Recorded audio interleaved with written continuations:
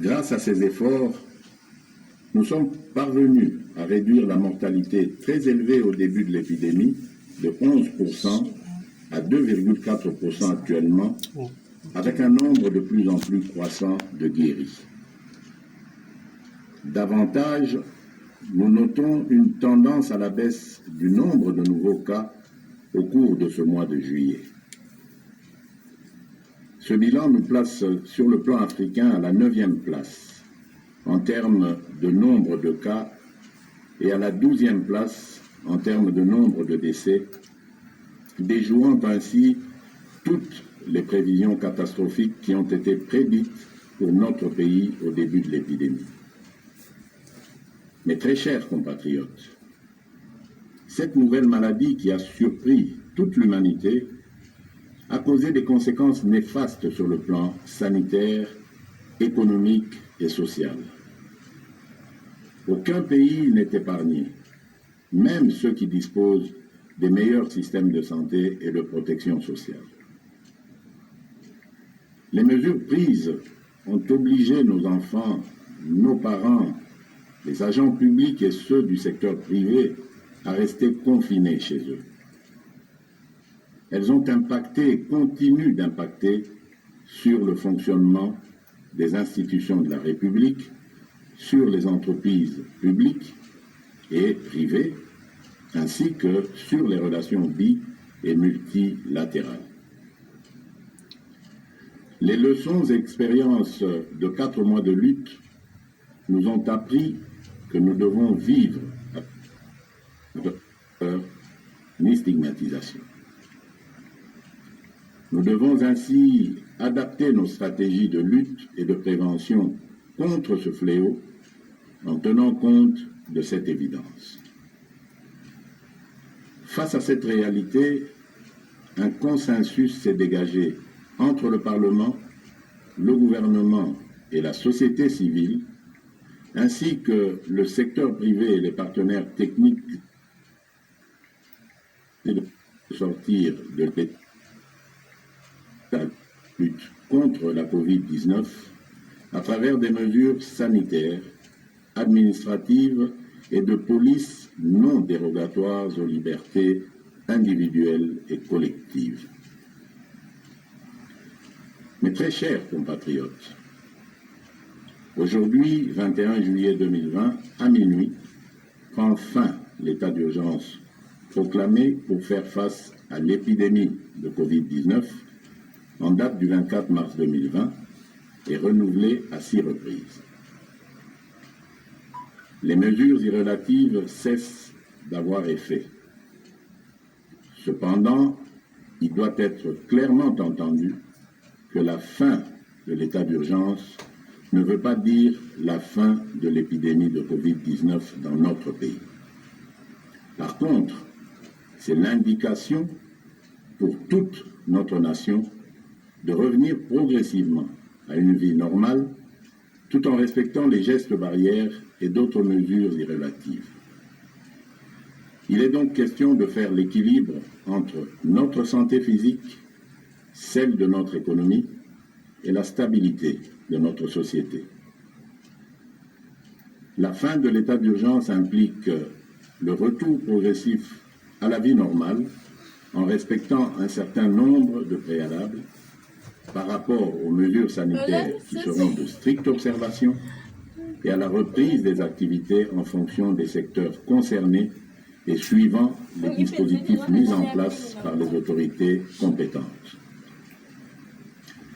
Mes très chers compatriotes, ces préalables comprendront l'engagement des responsables à faire respecter les mesures spécifiques prises par le gouvernement, le renforcement de la sensibilisation et de la communication sur la maladie et sa prévention, ainsi que l'implication des différents acteurs engagés dans la lutte contre la Covid-19 à tous les niveaux.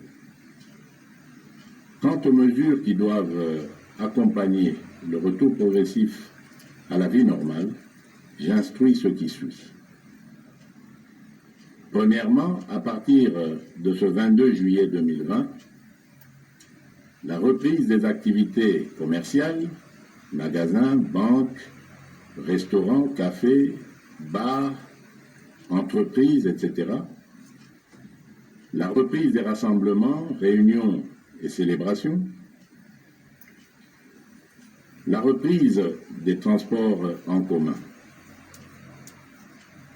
Deuxièmement, à partir du 3 août 2020, la reprise des écoles et des universités, en commençant par les classes et promotions terminales.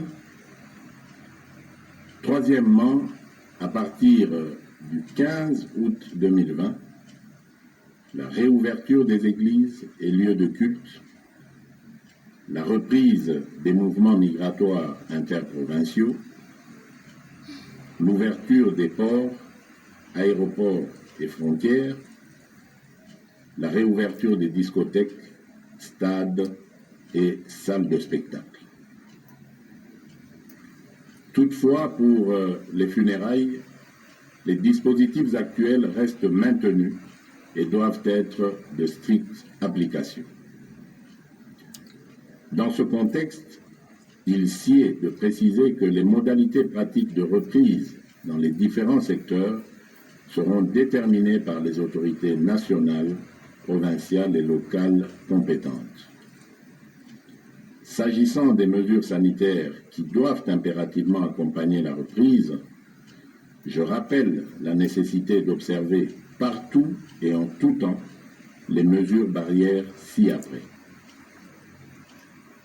La mise en place des dispositions de contrôle à chaque entrée impliquant la prise de température, le lavage des mains et ou l'application des gels hydroalcooliques, le port correct et obligatoire des masques dans les lieux publics, le respect de la distanciation physique, le contrôle et le suivi de l'état de santé du personnel public et privé, ainsi que la décontamination et la désinfection régulière des lieux d'activité. J'instruis le gouvernement de la République et tous les services habilités de prendre des dispositions nécessaires y afférentes. Aussi, je réaffirme mon engagement à la mise en œuvre du programme multisectoriel d'urgence et d'atténuation des impacts de la Covid-19 en République démocratique du Congo que j'ai lancé le 18 juin 2020. Ce programme, qui est toujours en cours de mise en œuvre par le gouvernement, s'articule autour des 3 axes ci-après. 1. Riposte, surveillance et renforcement du système de santé. 2. Soutien à la stabilité économique et relance de la macroéconomie. 3. Atténuation des risques et soutien aux populations.